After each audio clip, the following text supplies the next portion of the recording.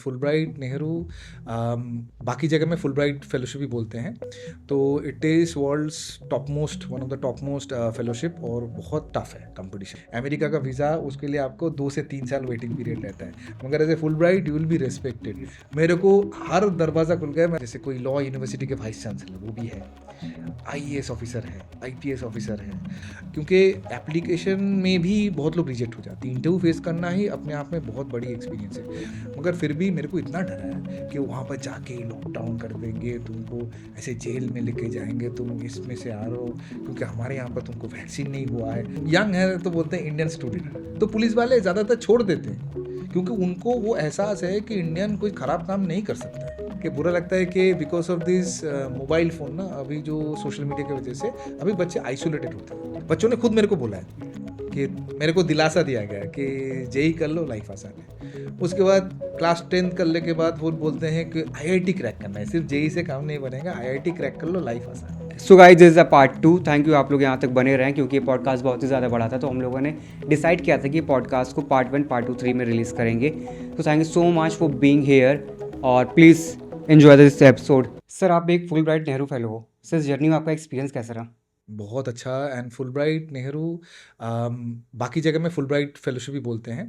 तो it is world's top most one of the top most fellowship और बहुत tough है कंपटीशन। 90% रिजेक्शन रेट है। हाँ, और उसके वजह से मतलब it was kind of dream. मैं कभी सोचा नहीं, मैं पहली बार दिया और पहली बार हो गया। How did you crack it? Uh, वो इंटरव्यू होता है, फुलब्राइट हाउस एक है दिल्ली में।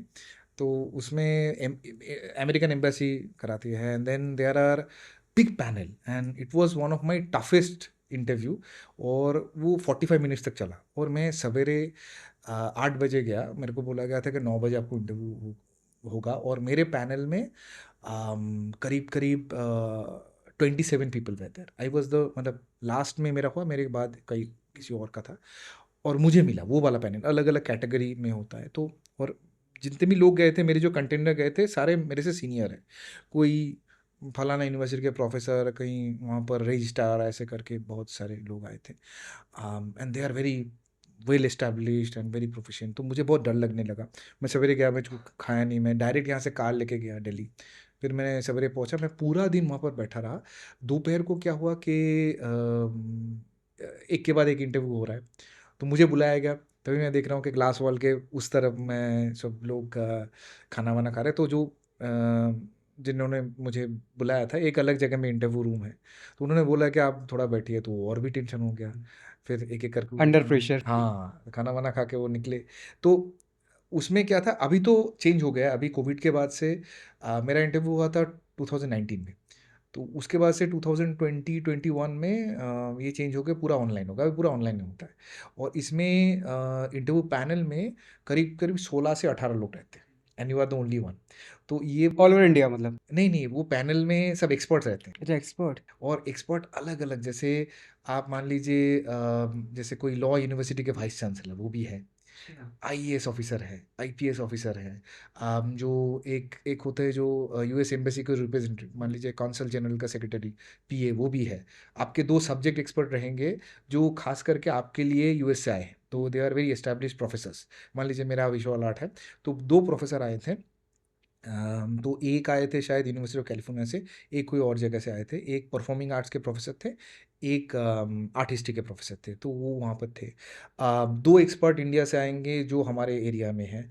तो ऐसे करके 18 लोग बैठते हैं, एंड सबके सामने आपका उनका लैपटॉप है, वो है। और उसमें आपका पूरा and it is also very detail application. उसका एप्लीकेशन आपको फिल करने में आपको 1 महीना लगेगा। अरे फुल बाइट आपको सब मांगता है, सब कुछ। आपका पर्सनल जितना भी रिकॉर्ड है, आपका मान लीजिए मार्कशीट से लेके फलाना से के कहाँ पे आप रहे, आपको पासपोर्ट कॉपी, आपके घर वालों के बारे में details, everything they will require. तो उसमें आपको भी वो और लिखना है कि क्यों आपको चाहिए और आप कहाँ पर जाना चाहते हैं। पहले आपको वो तय करना है कि कहाँ पर आप और क्या करेंगे। अलग अलग कैटेगरीज है। जैसे मैं सीनियर फेलो की कैटेगरी में गया था, तो मैं कहीं पे या तो रिसर्च या पढ़ाई मतलब पढ़ाने के लिए गया था, लेक्चर देने के लिए गया था।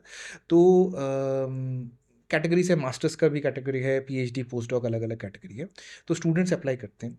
तो जो एक्सपीरियंस है to fill up this application, तो मेरे एक सीनियर थे, उनको भी फुल ब्राइट मिला था हमारे डिपार्टमेंट में, प्रोफेसर रविचंद्रन। आईआईटी कानपुर से ही। आईआईटी कानपुर है, हमारे एचएससी डिपार्टमेंट में वो भी गए थे full bright fellow, and he is now a professor of English हमारे डिपार्टमेंट में। He is a very senior person.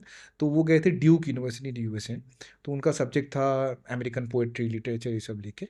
तो वो मुझे बहुत एडवाइस किया था। तो उन्होंने बोला था कि यू शुड मतलब fill up the application and face the interview, क्योंकि एप्लीकेशन में भी बहुत लोग रिजेक्ट हो जाते हैं। इंटरव्यू फेस करना ही अपने आप में बहुत बड़ी एक्सपीरियंस है, और उसमें आपको इंटरव्यू बहुत कुछ सिखाता है, क्योंकि वो एक अलग आपको एक साइकोलॉजिकल प्रेशर बिल्डअप होता है। आप वहाँ पर जाते हैं कैसे हैंडल करना, क्योंकि सारे लोग बैठे हैं ना, एंड दे विल एक्चुअली मतलब they will not let you complete. जैसे मान लीजिए किसी ने आपको कुछ क्वेश्चन पूछा, आप उसमें आंसर कर रहे हैं, और कोई दूसरा आप हाफ आंसर कर रहे हैं, और दूसरा आपको एक और जगह में आपको एंगेज कर देगा, और तीसरा कोई और क्वेश्चन पूछ लेगा। So they also want to see that how good you can मतलब जैसे control yourself, and also मतलब share your expertise and answer all this queries and everything without becoming puzzled और दिस थिंग्स। तो ये बहुत अच्छा experience रहा। तो मतलब and they will actually float, जैसे आपके सब्जेक्ट और करंट अफेयर्स। तो मेरे को पूछा गया कि तभी दिवाली का टाइम था, तो दिवाली में जो मान लीजिए स्मॉग होता है, उसके लिए मतलब आपका क्या सोच है कि जो दिवाली में, क्योंकि I was actually talking about that कि आप कैसे, वो एक्चुअली वो भी चाहते हैं कि आप जब जाए यूएस में तो इंडिया को आप रिप्रेजेंट कर रहे हैं, ठीक है ना, कल्चरली आप रिप्रेजेंट कर रहे हैं। तो ऐसा नहीं है कि आप बस आप एक एरिया में आप मान लीजिए फिजिक्स या केमिस्ट्री में आप वहाँ पर रिसर्च कर रहे हैं, लैब में जा रहे हैं और लैब से बाहर आ रहे हैं, ऐसा नहीं। क्योंकि वो चाहते थे कि फुलब्राइट का मतलब यही था।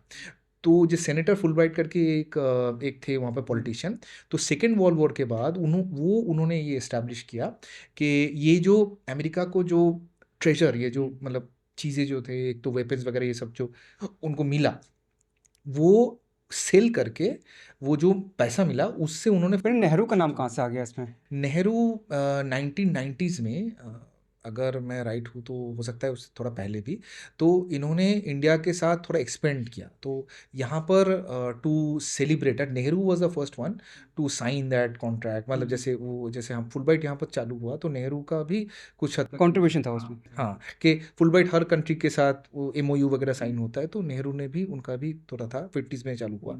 तो इसीलिए टू सेलिब्रेट, तो हमारे में से तो नेहरू का भी नाम है। और कुछ हद तक हमारे जो उसमें दो है, एक है फुलब्राइट नेहरू, जो एक ऑफिस है यहाँ पर, एक ऑफिस है जो अमेरिका का। तो अमेरिका वाला जो ऑफिस है फुलब्राइट का, फुलब्राइट कमीशन, तो that is totally is a part of their education department. State department, उसका जो एजुकेशन डिपार्टमेंट वो फंड करते।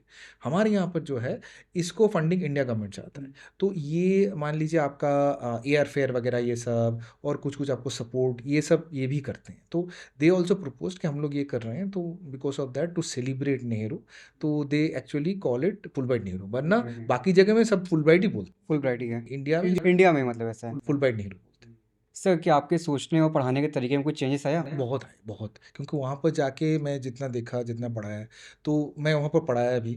तो ये सब देख के, मैं सिर्फ वहाँ पर नहीं, मैंने जर्मनी में भी पढ़ा है, खुद पढ़ा, फिर पढ़ाया, रिसर्च किया, ये सब किया। तो ये सब बहुत डिफरेंट है।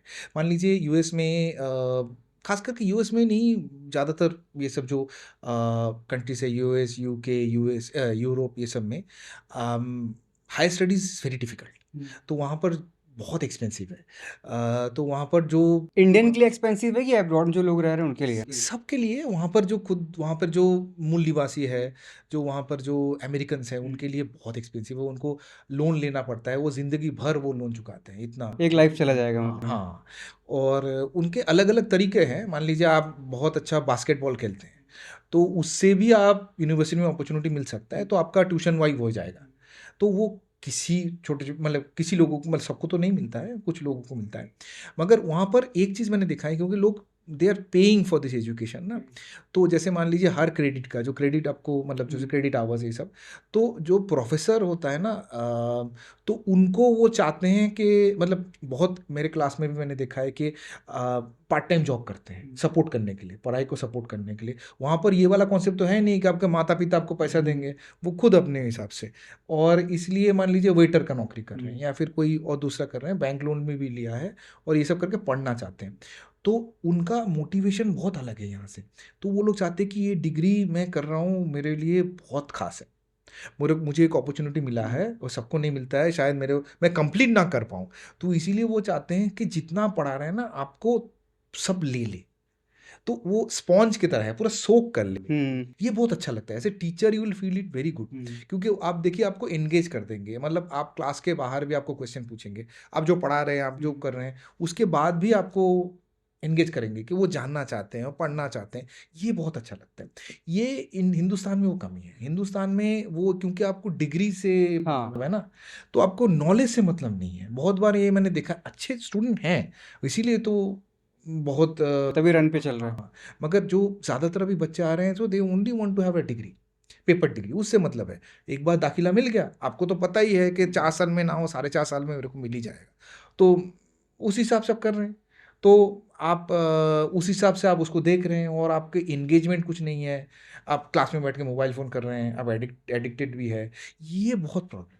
ये जो रिस्पेक्ट है, ये जो मतलब एजुकेशन के लिए जो भूख है, जो नॉलेज के लिए जो भूख है, वो धीरे-धीरे अभी मुझे लगता है जा रहा है। इसीलिए मैं वो ये भी रीज़न है कि जो क्लासरूम एजुकेशन वो जाने वाला है। जाने वाला ऑनलाइन आने वाला है। हाँ, क्योंकि आपको तो नॉलेज तो उधर से नहीं मिल रहा है ना, आप तो इंटरेस्टेड हो नहीं। सर जो इस मतलब researcher full bright Nehru fellowship को क्रैक करना चाहते हैं उन्हें आप क्या एडवाइस दोगे आप? उनके लिए एडवाइस ये रहेगा कि पहला स्टेप है कि आप पहले आप आइडेंटिफाई करो कि यूएस में कौन से यूनिवर्सिटी में जाना चाहते हो। यूएस में तो सैकड़ों यूनिवर्सिटीज़ हैं, तो कौन सी यूनिवर्सिटी में आपका जो पसंदीदा जो यूनिवर्सिटी है उसमें आप नैरो डाउन करो। उसमें से आप नैरो डाउन करो कौन से डिपार्टमेंट में आप पढ़ना चाहते हो, कौन से सब्जेक्ट लेके पढ़ना चाहते हो। मान लीजिए आप कोई भी एक सब्जेक्ट लेके पढ़ना चाहते हो, ऐसा नहीं है कि सारे यूनिवर्सिटी में सारे सब्जेक्ट पढ़ाए जाते हैं, तो उसमें भी एक्सपर्टीज़ है। कोई यूनिवर्सिटी है उसी क्षेत्र में नंबर 1 हो सकता है, अव्वल नंबर।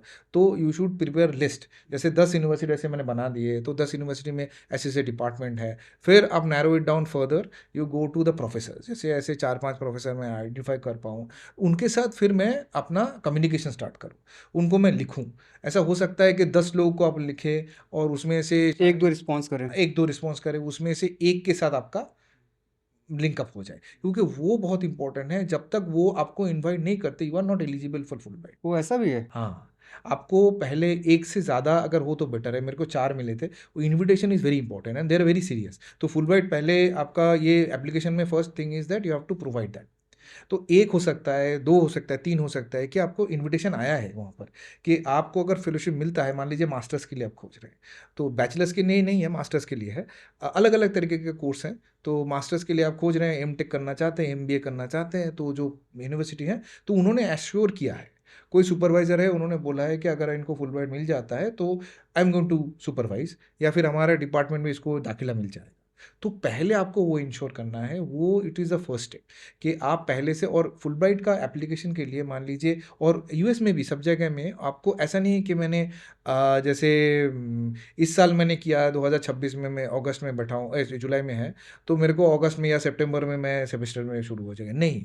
अगर आप आज से शुरू किया है मतलब पूरा जो साइकिल प्रोसेस कि मेरे को एडमिशन चाहिए या फिर मेरे को स्टार्ट होगा, तो ज़्यादातर चांसेस है कि आपका जो जो डिग्री, जो कोर्स वर्क, जो ओरिजिनल जो डिग्री, वो शुरू हो 2028 में सितंबर में। ऐसा ही है, वो टाइम लगता है, क्योंकि ऐसा तो नहीं है वहाँ पर कोई बैठा नहीं है और उनका ऑलरेडी ये जो सेमेस्टर फिल है, नेक्स्ट सेमेस्टर भी फिल है, और वो ये पूरा साइकिल है। और फुलब्राइट में भी साल में एक टाइम पे उनका एप्लीकेशन होता है, तब तक आपका ये सब चीज़ें रेडी होने जाना चाहिए। ये इनविटेशन वगैरह ये सब ऐसे तरह तरह की चीज़ें हैं।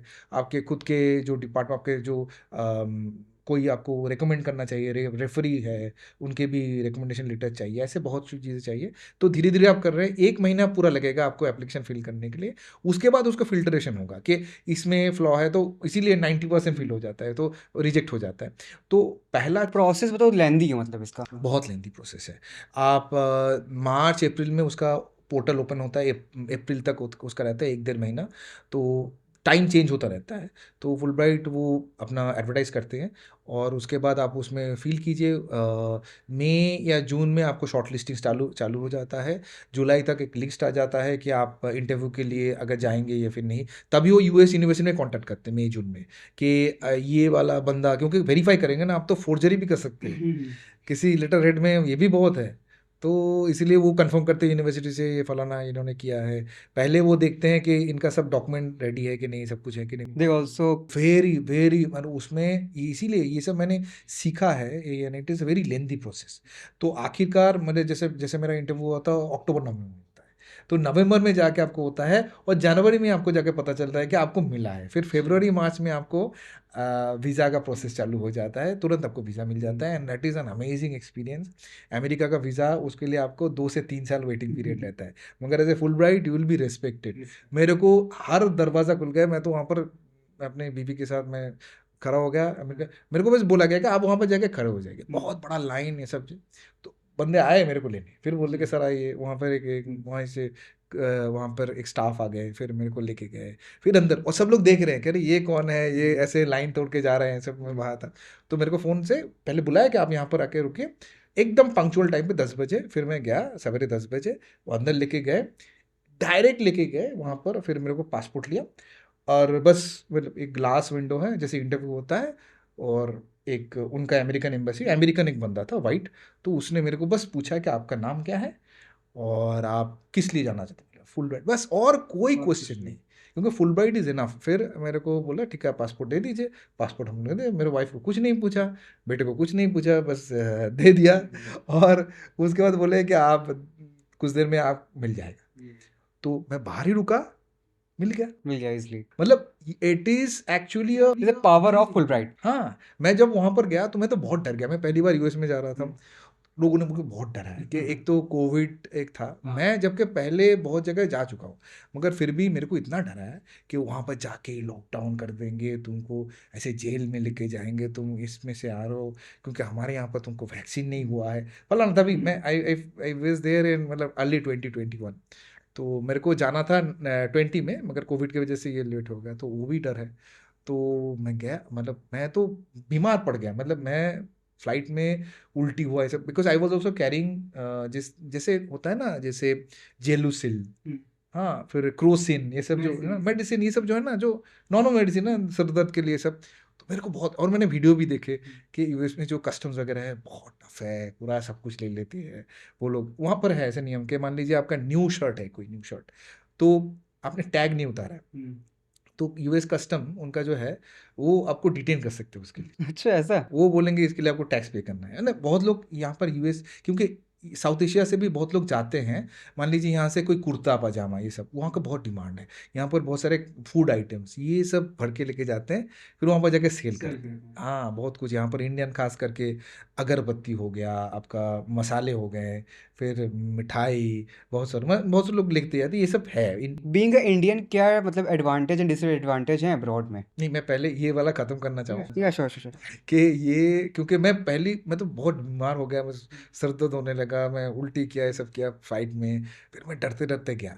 मैं वहाँ पर उतरा, बहुत बड़ा लाइन अगेन, सो मतलब वहाँ पर वो पुलिस वाले घूमते हैं, तो पुलिस वाले ने मेरे को पूछा, पता नहीं इनको पता है कि नहीं, तो मेरे को पूछा कि आई यू आर फ्रॉम इंडिया। बहुत लोग आए, और वहाँ पर जाके ना ये अलग अलग लाइन है, बहुत सारे लाइन्स है, तो काउंटर्स वगैरह है। तो मैंने अपना पासपोर्ट दिखाया कि मैं फुल, उसमें आपका वीज़ा के ऊपर लिखा है white fellow all this thing. मैंने उसको पुलिस वाले को दिखा, वो पूरा मेरे को लेके गया, सीधा लेके गया एक वो इमिग्रेशन काउंटर में, और सरदार जी एक थे, हाँ, तो इंडियन सरदार जी, वो हम इमिग्रेशन ऑफिसर थे, तो वो बैठे थे।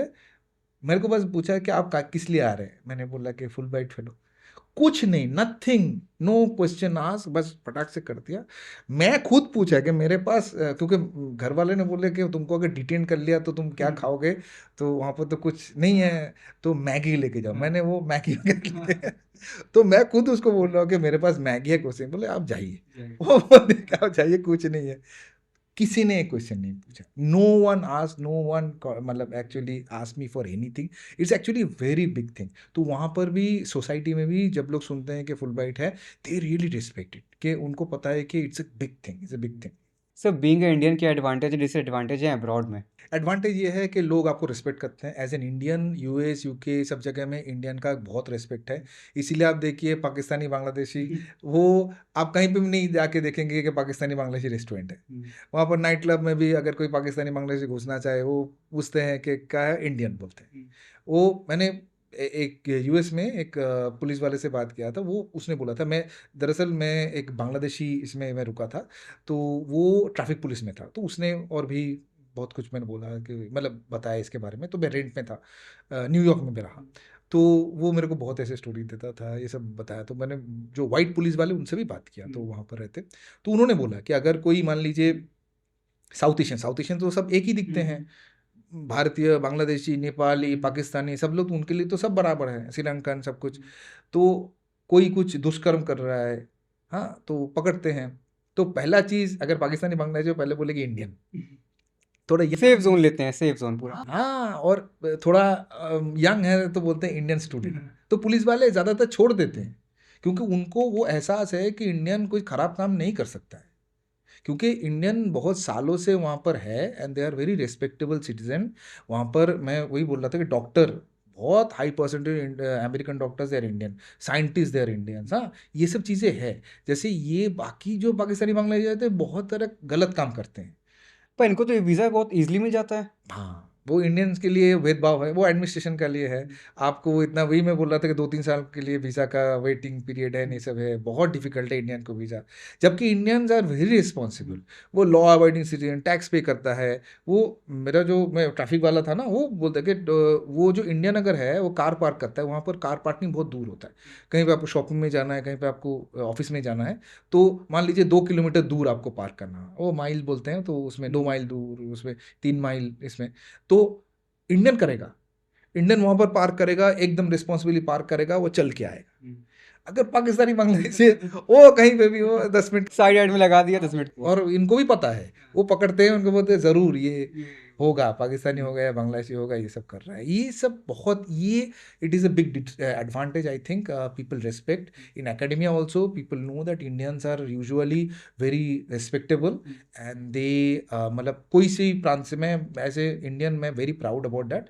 चाहे वो बंगाली हो, चाहे पंजाबी हो, उड़िया हो, कोई भी हो, मगर वो जाके वो वहाँ पर अच्छी तरह से रह रहा है। वो दुष्कर्म, हाँ, एक दो तो होगा ही एक्सेप्शन, उसका मैं नहीं पकड़ रहा हूँ, तो हज़ारों लाखों लोग जाते हैं, मगर ज़्यादातर लोग कंट्रीब्यूटिंग टू सोसाइटी। हाँ, आप जाएंगे वहाँ पर, इवन आईआईटी कानपुर का भी बहुत नाम है। न्यूयॉर्क सिटी में लोग आईआईटी कानपुर के नाम से जानते हैं। आईआईटी कानपुर वालों ने वहाँ पर बनाया। न्यूयॉर्क सिटी में बहुत सारे ऐसे हैं, जैसे Grover school of business, Tandon school of engineering, ये सब बहुत सारे आईआईटियंस जाके वहाँ पर एंटरप्रेन्योर बन गए, वो पैसा दे के वो बनाए। तो मैं जब न्यूयॉर्क यूनिवर्सिटी में गया, बहुत मशहूर यूनिवर्सिटी है, तो लोग पहचानते हैं कि you are from IIT Kanpur, we know, we have this collaboration with IIT Kanpur, we have this fellow who is actually visiting, we have lot of people. Actually हमारे यहाँ से बहुत सारे ग्रेजुएट्स हैं, बीटेक वगैरह पीएचडी करके, सब वहाँ पर प्रोफेसर्स हैं, ये सब है। तो they know IIT Kanpur by name, IIT Kanpur. तो first thing they will ask which IIT, क्योंकि ओल्ड आईआईटी का एक वो भी वो है कि 5 आईआईटी वो जानते हैं कि अच्छा दिल्ली, बॉम्बे, हाँ, कानपुर, चेन्नई और खड़गपुर, ये सब वो जानते हैं। नए वाले को उतना रिगार्ड नहीं देते, फिर भी आईआईटी का एक ब्रांड नेम है। और एजुकेशन जो है, एजुकेशन सेक्टर में आईआईटी का बहुत कितना है। आप आईआईटी का एक नाम ले लीजिए, आपको हो सके कि बहुत सारे स्टूडेंट्स आ जाएं आपके पास, और आप मतलब आपको होस्ट करे, आपको खाना खिलाने लेके जाए। बहुत बार ऐसा हुआ है, बहुत लोग चाहते हैं कि अच्छा चलिए हमारे साथ आईआईटी के, मेरे को जानते भी नहीं है, but they are actually alumni. और फिर यहाँ से पास करके, मान लीजिए 10 साल 20 साल पहले मैं 2 हस्बैंड वाइफ से मिला, वो न्यू जर्सी में रहते थे, मिस्टर एंड मिसेस गौर। तो वो उनका बहुत बड़ा कलेक्शन था पेंटिंग का, तो वो आईआईटी कानपुर ग्रेजुएट हैं। तो वो बहुत उनके साथ बातें वगैरह हुआ, एंड मेनी पीपल आते हैं। पुरानी मेमोरीज निकल आती हैं फिर आईटी की। हाँ, बहुत बहुत बहुत वो मिस करते हैं। सर क्या ये बात सच है कि अब्रॉड में एक इलेक्ट्रिशियन, एक प्लम्बर यूनिवर्सिटी के प्रोफेसर ज़्यादा कमाता है? हाँ, कभी कभी ये सच। ऐसा क्यों? ऐसा वहाँ पर सोसाइटी ऐसे बन गया है, और प्रोफेसर का भी बहुत सारे मायने हैं। प्रोफेसर मतलब आपको तो पढ़ाई उतना करना पड़ता है, आपको एंट्री लेवल में आपका उसका भी स्तर है ना। जैसे मान लीजिए सब लोग नाम के वास्ते सब लोग प्रोफेसर हैं, वहाँ पर एक डार्क चीज़ है जिसको बोलते हैं एडजंक्ट प्रोफेसर। तो एडजंक्ट प्रोफेसर बहुत लोग लिखते हैं, हमारे यहाँ पर भी एडजंक्ट प्रोफेसर लिखते हैं। Adjunct professor this people are मतलब क्या बोले, उनका रेगुलर सैलरी कुछ नहीं है। तो ये क्या करते हैं, जैसे मान लीजिए कभी कभी होता है कि जितना क्लास लेक्चर दे रहे हैं उसके हिसाब से उनको तनख्वाह मिले। तो मान लीजिए छुट्टी है या फिर क्लास नहीं है, तो कोई पैसा नहीं है। तो that is a big struggle. मान लीजिए जो एडजंक्ट, और उसमें मुझे एग्जैक्टली पता नहीं है, हर लेक्चर के पीछे कुछ $100 मिलेगा, कुछ $200 मिलेगा, वॉट एवर इट इज़। तो permanent professor is different. Permanent professor में भी it is very difficult to get in to the senior professor position, जो फुल प्रोफेसर पोजिशन होता है। तो वहाँ पर टेनोर ट्रैक करके होता है, मतलब that is also it is very dark. Tenure track में आप बहुत लोग तो सुसाइड कर लेते हैं इसके वजह से, इतना प्रेशर वहाँ पर होता है। क्योंकि आपको वो दिया जाता है कि आपका 5 साल है, आपके बाद या फिर 3 साल दिया जाता है। जैसे इंश्योरेंस कंपनी में टारगेट्स हैं, वैसे वहाँ पर जॉब सिक्योरिटी है नहीं। तो वहाँ पर जैसा है, आपको टारगेट दिया जाता है कि अच्छा ये 3 साल है, आप ये इतना पैसा आपको लेके आना है। मान लीजिए आपको $2 मिलियन आपको लेके आना है, आपको 4 PhD निकालना है, आपको 20 पेपर आपको 3 साल में निकालना है। तो आपके ऊपर प्रेशर है। जैसे इंश्योरेंस में टारगेट दिया जाता है ना, वहाँ पर भी ऐसे टारगेट है कि 3 साल, 4 साल, 5 साल में ऐसे टारगेट है। तो उस हिसाब से अगर आप फुलफिल कर पाए, definitely you will get paid, you will be becoming, वो ऐसे बहुत सारे लोग। तो प्रोफेसर को बहुत जेलस नहीं होता कि मतलब और भी लोग हैं, मतलब मुझसे ज़्यादा कमा रहे हैं वहाँ पर अलग अलग सेक्टर में? नहीं, वो तो जैसे ऐसा मानना है, जिनको प्रोफेसर बनना था वो तो सिर्फ पैसे के लिए तो लोग प्रोफेसर बनते नहीं है। जैसे प्रोफेसर, मुझे ये यहाँ पर लोग सोचते हैं कि अच्छा सिर्फ पैसे के लिए मैं प्रोफेसर, मैं तो कुछ और कर सकता था। पर प्रोफेसर मतलब you are actually in love with that particular thing. I don't like adjunct professor. Adjunct professor होना सच में समस्या है। एडजंक्ट प्रोफेसर कोई जानबूझ के नहीं होता है, क्योंकि उसको मिला नहीं पोजीशन। एडजंक्ट प्रोफेसर एक डिपार्टमेंट में, मैं जिस डिपार्टमेंट नाम नहीं करना चाहता हूँ यूनिवर्सिटी का, उस डिपार्टमेंट में 150 एडजंक्ट प्रोफेसर है। 150? 150। अभी 150 एडजंक्ट प्रोफेसर मतलब क्या है, उनके लिस्ट है उसमें। मान लीजिए कि कोई मेडिकल लीव में है, एक जो परमानेंट फैकल्टी जो है वो मेडिकल लीव में है 1 महीने के लिए, वो उसको लेक्चर उसका मिस हो जाएगा, तो एडजंक्ट वाले को बुलाया जाएगा, वो सब्स्टिट्यूट के करेगा। मान लीजिए 1 महीने में 11 लेक्चर दे दिए, पैसा मिलेगा उसको। तो but it is not a fix secure system, उसको रेगुलर तनख्वाह नहीं है। तो अलग अलग, और इट इज़ वेरी कॉम्प्लिकेटेड। कोई एक को देख के पता चलेगा अच्छा ये एडजंक्ट प्रोफेसर, इसका तो अच्छा लाइफ है। हो सकता है कि उसका अलग कोई मतलब जैसे सोर्स ऑफ इनकम है। कभी कभी ऐसा होता है कि बहुत सारे लोग जो लकी होते हैं, सब लोग लकी नहीं होते हैं, कुछ कुछ लोग 3 अलग यूनिवर्सिटी में एडजंक्ट प्रोफेसर, वो भी कर सकते हैं। तो मतलब आप ड्राइव कर रहे हैं अलग अलग जगह में, आपका एक्सपर्टीज है उसमें, ये है। तो ये डिपेंड करता है। तो एडजंक्ट प्रोफेसर वहाँ पर एक बहुत बड़ा प्रॉब्लम है। और सबका ऐसा नहीं है कि आपका कोई इंफीरियर डिग्री है। एडजंक्ट प्रोफेसर का जो क्वालिफिकेशन और जो फुल प्रोफेसर का क्वालिफिकेशन सेम है। सेम है, ऐसा नहीं है कि उसके पास PhD नहीं है, कहीं छोटे मोटे नहीं मिला, बस मिला नहीं है। मिला नहीं है, कोई अपॉर्चुनिटी नहीं मिला, या फिर कुछ हो सकता है, या फिर कहीं पे मिस हो गया। एग्जैक्टली कारण तो अलग अलग हो सकता है, मगर उसको वो, और इसके लिए जो लैब बेस्ड जो रिसर्चर हैं उनका बहुत प्रॉब्लम होता है। हम लोग जैसे ज़्यादातर थ्योरी बेस्ड रिसर्चर हैं, तो जो लैब बेस्ड, जिसको लैब की ज़रूरत है, जिसमें आपको रिसर्च वगैरह करना है, एक्सपीरियंस करना है, आप अगर एग्जेंट हैं तो आपको बहुत प्रॉब्लम है, क्योंकि आपको लैब नहीं मिलेगा, एक्सेस कहाँ पर है। और आप कैसे पब्लिकेशन करेंगे, तो आपको भाया रूट लेना पड़ेगा, कोई दोस्त पकड़ना पड़ेगा जिसके लिए आपको काम करना पड़ेगा, कोलैबोरेट करो इनके साथ, उसके साथ। हाँ। तो ये सब प्रॉब्लम्स हैं, इसीलिए बहुत लोग इसमें छोड़ना चाहते हैं। मैंने यूरोप में मैंने देखा है, मेरे एक फ्रेंड है वो इंडियन है, तो दोनों ही इंडियन है, हस्बैंड वाइफ। तो husband is a professor of management, तो वो ही इज़ अ बंगाली, तो ही लिव्स इन पेरिस। तो पेरिस में बहुत अच्छा एक मैनेजमेंट यूनिवर्सिटी है, वहाँ पर प्रोफेसर है। तो उनके वाइफ से मैं मिला, तो wife she is also Indian, Telugu. तो she actually did her PhD, मतलब BA में PhD इन इकोनॉमिक्स, मैनचेस्टर से, वेरी गुड यूनिवर्सिटी। तो उन्होंने मेरे को बोला था कि मेरे को टीचिंग में नहीं जाना है, एंड शी ओनली सर्वाइव्स, मतलब she is H independent researcher. मगर उनके सब्जेक्ट में आपको है, सब सब्जेक्ट में पॉसिबल नहीं है। आपको बायोलॉजी वगैरह में इंडिपेंडेंट रिसर्च कैसे बनेंगे, लैब चाहिए। तो जैसे इकोनॉमिक्स वगैरह में, इस सब में है। मान लीजिए वो यूनाइटेड नेशन से उनको ग्रांट मिलता है, या फिर ऐसे कोई मतलब प्रोजेक्ट मिल रहा है, एक प्रोजेक्ट इसी विषय पे या फिर इसी क्षेत्र में आप रिसर्च कीजिए, 3 साल 4 साल का प्रोजेक्ट, उससे वो बढ़िया। उन्होंने बोला कि मेरे को ये सब चक्कर में नहीं फंसना है, मेरे को एडजंक्ट नहीं बनना है, मेरे को ये कौन डेली लेक्चर देगा, जाके पेपर चेक करेगा उनको, वो जबकि वो पीएचडी है, जबकि वो रिसर्चर बनना चाहते हैं, उनका पेपर पब्लिश करना, रिसर्च करना, इकोनॉमिक रिसर्च वगैरह वो सब करते हैं। तो बहुत सारा ये सब पॉसिबल है यूरोप अमेरिका में, जो यहाँ पर ये कॉन्सेप्ट नहीं है। हम लोग पीएचडी करने के बाद सिर्फ सोचते हैं कि हमको प्रोफेसरशिप चाहिए, एक वो जॉब चाहिए। सर एक सच है क्या कि मतलब इंडियन स्टूडेंट अब्रॉड जाके स्कॉलरशिप का पैसा बचा के वापस इंडिया भी आ जाते हैं? ये हाँ बहुत है, बहुत ऐसे स्टोरीज हैं, मैं ऐसे देखा भी है बहुत बार। क्योंकि वो रहता है कि इंडियन थोड़ा वैसे फ्रुगल है, थोड़ा हाथ में थोड़ा पैसा वो आए तो वो चाहते हैं कि बचाना। वो भी डॉलर। हाँ, डॉलर यूरो। तो मैंने एक को देखा था, मतलब it will be amazing to understand. एक कोई बंदा था, वो यूरोप में कोई कंट्री में गया था, कंट्री बोलूँगा तो सबको पता चल जाएगा। तो बट ठंडी बहुत कंट्री है, तो उसमें वो गया था बंगाल से, और वहाँ पर जाके एमटेक किया, 2 साल रहा। तो 2 साल उसको स्कॉलरशिप वगैरह जो जो भी मिला, उसने काम वगैरह किया, अच्छा काम किया, अच्छा स्टूडेंट था। तो उसने पूरा लगभग बचाया, वो सिर्फ सर्वाइव किया और ब्रेड और वाटर। कितने ईयर तक? 2 साल तक। 2 साल तक? 2 साल तक। हाँ, बीच में कहीं शादी वगैरह ये सब में अगर पार्टी कहीं पे है, डिपार्टमेंट पार्टी, वहाँ पर जाके खा लेता था। मगर और वो सब खाता था, वो non veg veg non veg सब खाता था। मगर वहाँ पर वो पैसे उसने जमा किए, फिर आके कोलकाता के पास एक फ्लैट लिया उस पैसे। ये अचीवमेंट मतलब एक है। तो मैं पैसा पूरा ये करके आया, ये इंडियंस में है। जबकि आप दूसरे कंट्रीज वगैरह जाएंगे तो उड़ा देते हैं, वहीं पे उड़ा देंगे।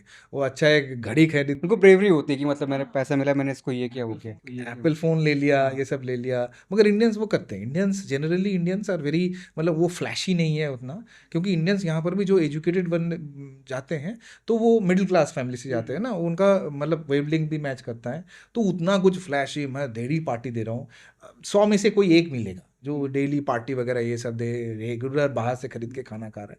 इंडियन जाता है कि अच्छा दाल चावल में पका के मैं अच्छी तरह से ये सब करूँ। वो नॉर्मल खाना मिल जाएगा, ठीक है उसको। हाँ, वो घर से नहीं, वो ज़्यादातर 80-90% student they want to cook, क्योंकि उससे पैसा बचता है। अगर आप खरीद के खाना खा रहे हो, एक तो खाना सही मिलता नहीं है, और इंडियंस फूड वहाँ पर एक्सपेंसिव है। आपको वहाँ पर जाके यूरोप में कहीं पे भी जाओ, आप अमेरिका में बहुत एक्सपेंसिव है। पेट और मन भरता है इंडियन खाने से ही वहाँ पर। हाँ, तो वो लोग क्या करते हैं, वो ऐसे रहते हैं कि मान लीजिए दिवाली के टाइम पे, तो दिवाली के टाइम पे यूनिवर्सिटी में अगर इंडियंस ज़्यादा है, तो कभी कभी होता है कि दिवाली सेलिब्रेशन होता है, तो इंडियन खाना तब दिया जाता है, बट यू हैव टू पे, बट नॉट दैट मच, जो चंदा इकट्ठा करके, तो वो एक बड़ा पार्टी, दिवाली पार्टी, उसमें वगैरह इंडियंस खाना, तो उसमें मन भर के। मगर ज़्यादातर लोग चाहते हैं कि मान लीजिए रोटी वगैरह या फिर चाल दावल, मतलब पूरा एकदम जो मिनिमम है। और घर से अचार वगैरह लेके जाते हैं, घी, ये सब अचार, पापड़ हो गया। हाँ पापड़ बहुत लेके जाते हैं, फिर वो खाते हैं। तो इसमें क्या है कि उनका होमली डाइट भी चलता रहता है, और उसमें पैसा बहुत सेव होता है। तो इंडियंस ये करते हैं,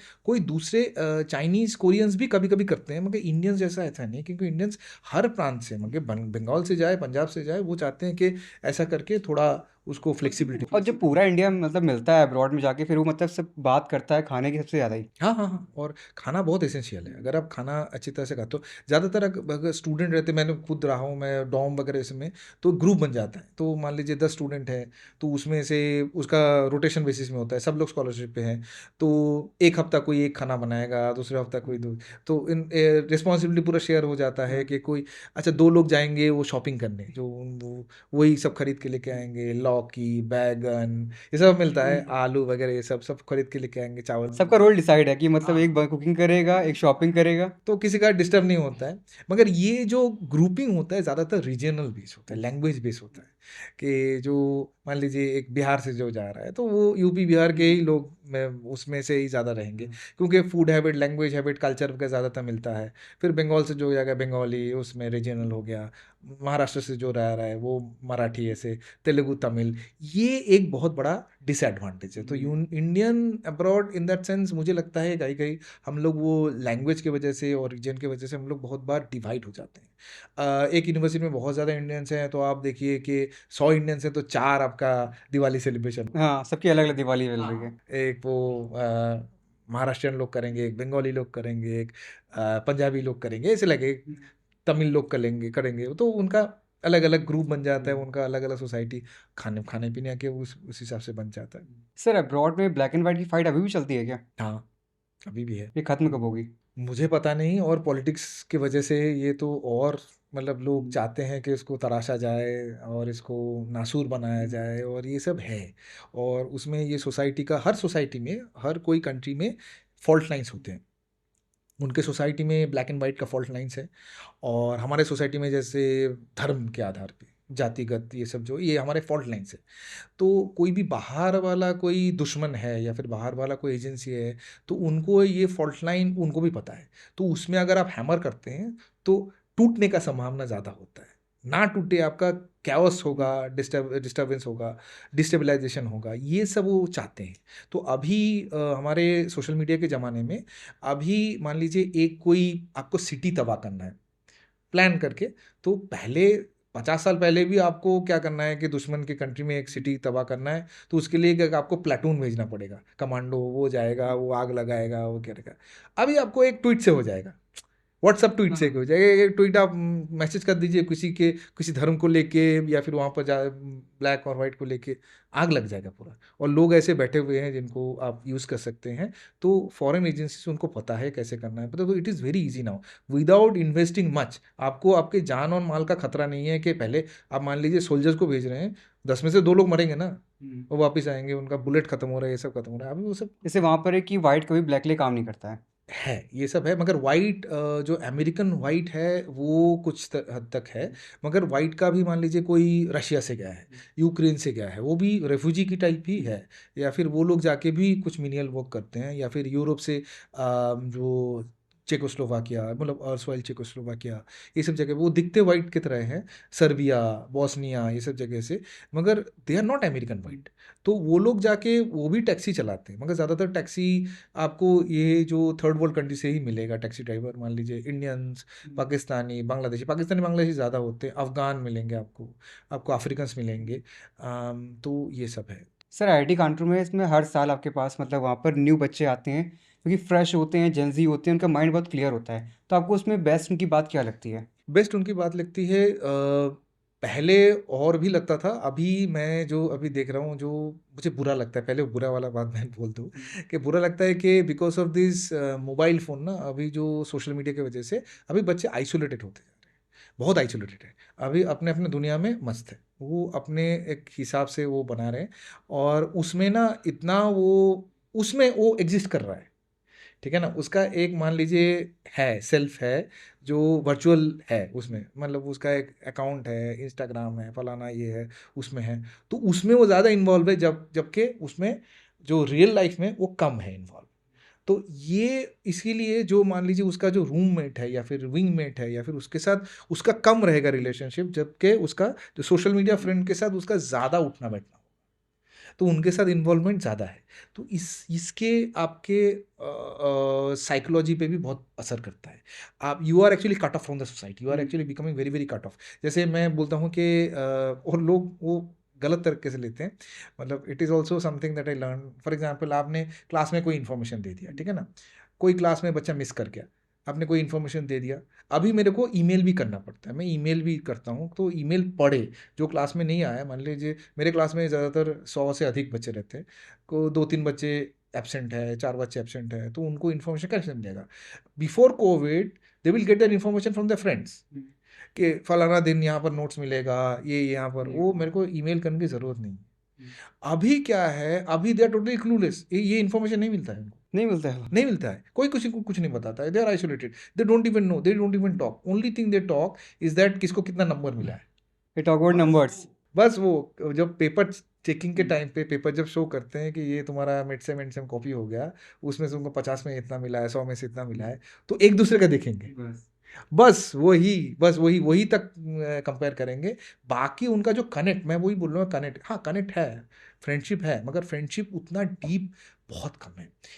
ये ना, एक आपने वो मूवी देखी है 3 इडियट्स? हाँ। 3 इडियट्स में क्या बोलते हैं कि उसमें जो एक पंछी का घोंसला होता है, जो वायरस पहले दिन बोलते हैं ना कि लाइफ इज अ रेस। हाँ, तो यहाँ पर वो मैंने देखा है, कट थ्रोट है, बहुत बार देखा है कि मतलब एक दूसरे का गला काटते हुए, मतलब नॉट लिटरल, कंपटीशन है मतलब। कंपटीशन बहुत भयंकर है।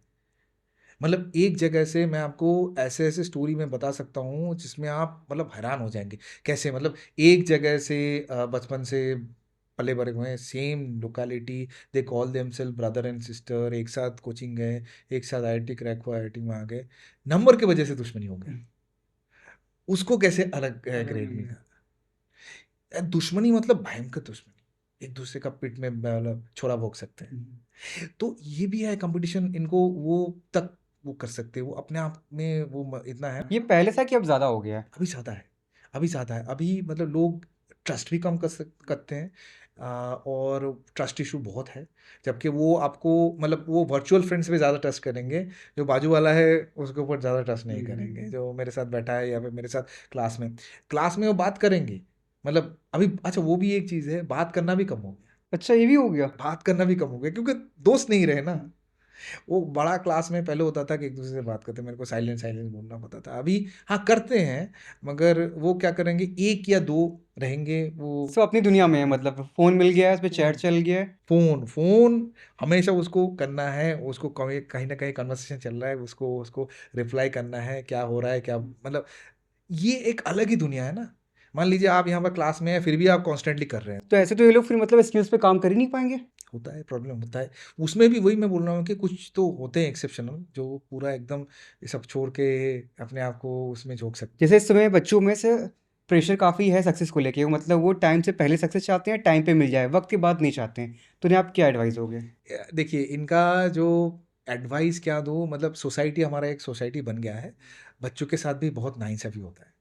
बच्चों को क्या बताया जाता है कि बचपन में इनको पेरेंट्स बोलते हैं कि तुम जेईई क्रैक कर लो, लाइफ आसान है। बच्चों ने खुद मेरे को बोला है कि मेरे को दिलासा दिया गया है कि जेईई कर लो, लाइफ आसान है।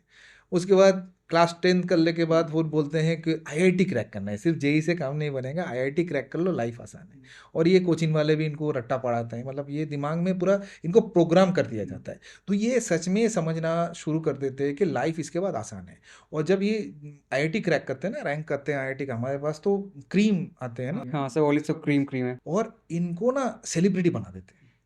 इनका न्यूज़पेपर में फ़ोटो आ रहा है, फिर वो जो होर्डिंग में आ रहा है, हाँ, फिर लोकल जो काउंसलर है, कॉर्पोरेटर, वो आके माला दे रहा है, सब मिठाई बाँट रहे हैं।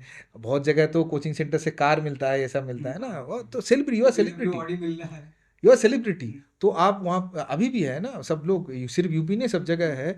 आप कहीं शादी पे चले जाए, आप बच्चे हैं, मतलब फर्स्ट ईयर पे पढ़ रहे हैं, बच्चे हैं, फिर भी लोग आते हैं आपको फ़ोटो खिंचाने, ऑटोग्राफ लेने, अरे आईआईटी में पढ़ रहा है। ये एक रुतबा हो जाता है ना, मगर वो आईआईटी में आके वो खत्म हो जाता है, क्योंकि आईआईटी में तो सभी तो मेरे तरह, सब एक जैसे हैं यहाँ पर, तो आप क्या करें? I am not someone special. तो पहला सपना वहां पर टूटता है। तो इसके वजह से इनका जो कोप अप होता है, cope up mechanism is very difficult. बहुत लोग वो सदमे से उभर नहीं पाते हैं। वो चाहते हैं कि मैं ये फॉर्मेलिटी बस करके मैं यहाँ से जाऊं, यहाँ से साइकिल लेनी पड़ रही, मुझे चलानी पड़ रही लेक्चर के लिए। और मैं बस यहाँ से ख़त्म करना चाहता हूँ। They are many times they are not interested, ऐसे कि बस मेरा तो फॉर्मेलिटी, क्योंकि उसको दिमाग में प्रोग्राम कर दिया ना कि लाइफ आसान है, उसके साथ तो चीटिंग हो गया है। तो वो यहाँ पर है बस डिग्री के लिए, आईआईटी का ब्रांड नेम, आईआईटी अब का, उसको लग रहा है 4 साल पढ़ाई करनी पड़ेगी मुझे यहाँ पर। और उसमें इतना स्ट्रिक्ट है, हमारे क्लासेस इतना स्ट्रिक्ट है, उसमें कुछ नहीं कर सकते उसके साथ। तो ये और एक फ्रीडम भी मिलता है ना। मान लीजिए आप तैयारी कर रहे हैं और उसमें झोंक दिया, कुछ नहीं, आप पूरा दुनिया से कट ऑफ है। आईआईटी की तैयारी हो ना 2-3 साल, आप ना तो मूवी देख रहे हैं, ना तो आप ओटीटी देख रहे हैं, ना तो मोबाइल फ़ोन यूज़ कर रहे हैं, कुछ भी नहीं। यहाँ पर आने के बाद आपको पूरा फ्रीडम। अभी जो हो रहा है, अभी इनको बहुत फ्रीडम मिलेगा। 24 आवर्स इलेक्ट्रिसिटी, बहुत जगह तो बच्चे ऐसी जगह से आते हैं जहाँ पर इलेक्ट्रिसिटी है नहीं, गाँव से आते हैं। फिर मोबाइल फ़ोन, लैपटॉप, एसी, आप पूरा एसी है, कंप्यूटर सेंटर एसी है आपका, लाइब्रेरी एसी है, वहाँ पर जाके आप सो जाइए, कोई कोई बोलने वाला नहीं है। आप रात देर तक जब के आप गेम खेल रहे हैं, रात के 4 बजे तक वहाँ कैंपस में घूमिए। कैंपस में घूमिए। एडिक्टेड बनते जाते हैं, बहुत लोग गेम के एडिक्ट हो जाते हैं। तो रात के 4-5 बजे तक, 5 बजे तक गेम खेल रहे हैं, तो गेम के एडिक्ट, क्योंकि कोई बोलने वाला नहीं है, कोई रोक टोक ना वाला, आप आपके इसमें है। तो ये एक अलग है ना, बहुत लोग इससे निकल नहीं पाते हैं। तो इसीलिए उन वो नॉलेज से क्या करेंगे। तो उनकी लाइफ के 2-3 साल ऐसे निकल जाते हैं, उनको पता ही नहीं चलता है। एब्सोल्युटली, तो इससे थोड़ा प्रॉब्लम होता है।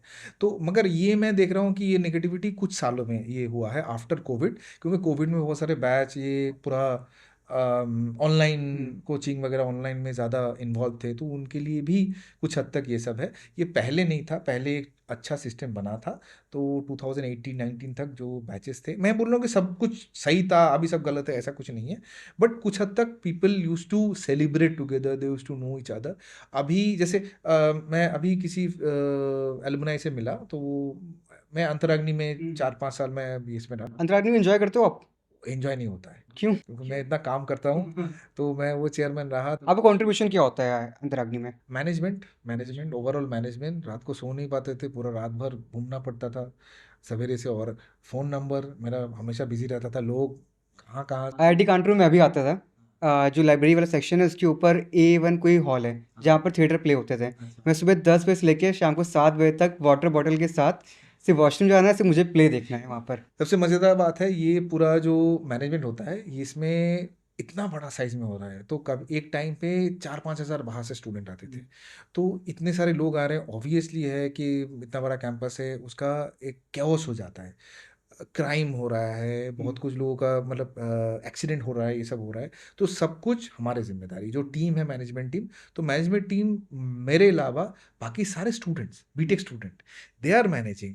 तो इनसे गलती हो जा सकती है। And we are not involving police और सिटी एडमिनिस्ट्रेशन, क्योंकि वो उनको अगर कर लिया तो अलग अलग ट्रीटमेंट होगा। और हमारा उतना मैन पावर नहीं है। जो हमारा सिस गार्ड है वही है, और उनका तो रेगुलर ड्यूटी है उनके। तो it was a one hell of a task कि इतने लोगों को, और हमारे खुद की भी पॉपुलेशन है ना, तो बाहर से इतने लोग आ रहे हैं, कोई कुछ कर रहा है, कोई कुछ कर रहा है, कहाँ पर कुछ हो रहा है। तो ये सब चिंता, और इसमें कहाँ पर क्या हो रहा है, कहाँ पर एक्सीडेंट हो गया, कहाँ पर क्या हो गया, कहाँ पर क्या नहीं पहुँचा। तो ये सब चीज़ों को लेके, और फ़ोन पे फ़ोन, फ़ोन पे फ़ोन, यही करते करते हमारा 4-5 दिन कट जाता था। तो but it was a mega scale event. तो अभी तो बहुत स्केल डाउन हो गया। अभी अंतराग्नि जो है, मतलब वेरी रिसेंटली। टेकृति कैसा होता है आप लोग, मतलब क्या आप रियल फेस करते हो टेकृति में? टेक्रीती कुछ हद तक अंतराग्नि तरफ का है, मगर टेक्रीती में इंडस्ट्रीज बहुत ज़्यादा इन्वॉल्व होते हैं, क्योंकि इंजीनियरिंग साइंसेज बेस्ड हैं। बहुत सारे स्टार्टअप्स, अभी तो military, Indian army, Indian air force, वो भी ऑल्सो इन्वॉल्व है। तो वो अपने बहुत डिफेंस एक्सपो टाइप करते हैं, वो सब भी होता है। तो बहुत बार ये होता है कि वी आर हैविंग कोलाबोरेटर्स, जो फॉर मतलब आउटसाइड कोलाबोरेटर्स हैं, they are also managing many a times. जैसे टैंक्स, वेपन्स वगैरह, इसका डिस्प्ले वगैरह हो रहा है, या फिर लेटेस्ट टेक्नोलॉजी रोबो वॉर वगैरह, ये सब हो रहा है। तो उसमें बहुत सारे ऐसे आउटसाइड एक्सटर्नल्स है। दे आर वेरी मतलब रिलायबल, रिसोर्सफुल, वो लोग आते हैं। That is why it is also manageable, and it is much more in that sense. Culture में जैसे ये बहुत बड़ा डिफरेंस है। उसमें बजट भी टेक्रीद का बहुत बड़ा रहता है, अंतराग्नि से बहुत ज़्यादा रहता है। Hello guys, this podcast is not over. जैसा कि मैं हर बार आप लोग से एक ही चीज़ बोलता हूँ, I need your like, comment, एक शेयर, क्योंकि आपका एक लाइक, एक कमेंट, एक शेयर बहुत ही ज़्यादा मैटर करता है हम लोग के आने वाले न्यू गेस्ट के लिए। तो thank you so much for being here.